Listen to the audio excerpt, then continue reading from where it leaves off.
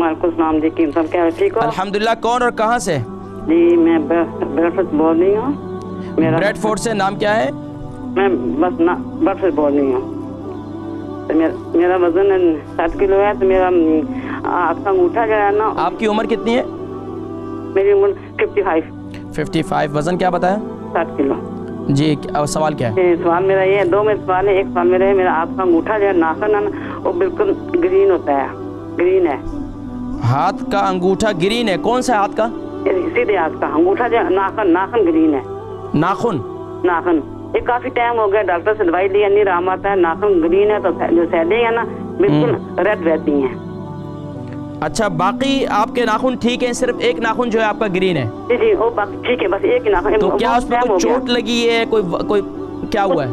कुछ नहीं, बस ग्रीन नाखून हुआ है तो सैलिंग उनकी जो है ना रेड रहती हैं। तो उसकी नहीं है, नाखून जो है ग्रीन है, तो आप उसको दबा कर देखें, क्या उसमें खून आता है? नहीं, कुछ भी नहीं। कोई दर्द होता है? दर्द होता है। जी हाँ। ठीक है, आप प्रोग्राम देखें, मैं जिक्र करता हूँ। ठीक है। दूसरा मैं सवाल है, जो कान है ना, कान के बहुत ज्यादा खारिश होती है। कान में? कौन से वाले में? जी, कौन से कान में खारिश होती है? उल्टे कान में। ठीक है, आप प्रोग्राम देखें, मैं जिक्र करता हूँ। वाइट वाइट की चीज आती है जी। वाइट चीज आती है, वाइट की चीज। बात समझ में नहीं आई। वाइट की चीज होती है अंदर। अच्छा, कान में कोई चीज बहता है? कान बहता है? नहीं, बहता नहीं है, कुछ की चीज जैसे नहीं होती। अच्छा, कान में कोई तीली वगैरह तो नहीं मारती? जब खारिश होती है कभी कभी। कान में तीली मारना ये कान को खराब कर देता है, डैमेज कर देता है। अच्छा, याद रखें, कान में कभी भी तीली ना मारे। कान में तरीका जिसके मैं अभी इंशाल्लाह आपके इसके ज़िम्मन में जो है ना इंशाल्लाह मैं जिक्र करूंगा। आप प्रोग्राम देखें, मैं जिक्र करूंगा। मेरी बहन ब्रेडफोर्ड से, इनकी उम्र 55 है और 60 kg इनका वजन है। हाथ का अंगूठा नाखून, यानी कि हाथ के अंगूठा जो है नाखून उसके वो ग्रीन है, और कानों में खारिश भी आती है, और उल्टे कान में ज़्यादा खारिश आती है।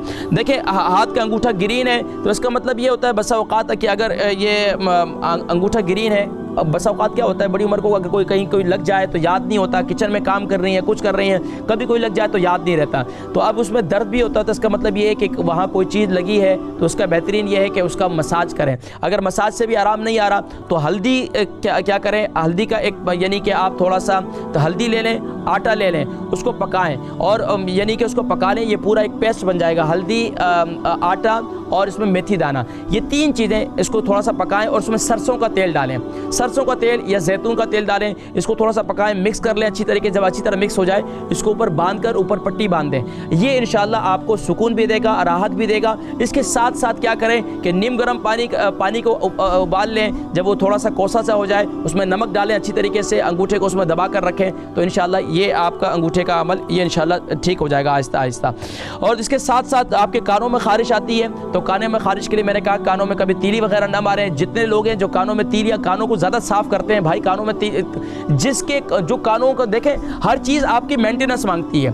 अब काने हैं, कान के हम इस्तेमाल करते हैं, इसका मेंटेनेंस ये है कि आप कानों में अगर कोई मिसाल के तौर पर कलौंजी का तेल इस्तेमाल करना शुरू कर दें। हर बंदा हर वीक में कम से कम भी एक दफ़ा अपने कान में तेल ज़रूर डालें, कान में कलौंजी का तेल डालें। अगर ये भी ना हो सके तो ऐसे एक काम और करें कि जैतून का तेल ले, सरसों का तेल ले लें। सरसों के तेल के अंदर 2-3 तूरियां जो है ये लहसन को पीस कर उसके अंदर डाल दें, लहसन को जला दें और ब्राउन कर उसके बाद उस तेल को ठंडा कर लें, उस तेल को अपने कानों में डालें। ये तेल जो है आपके कानों के मेंटेनेंस के लिए बहुत मुफीद है। अगर कचरा वगैरह होगा, खुद ब खुद रात को सोएंगे कान से बाहर आ जाएगा, कान को साफ कर लें।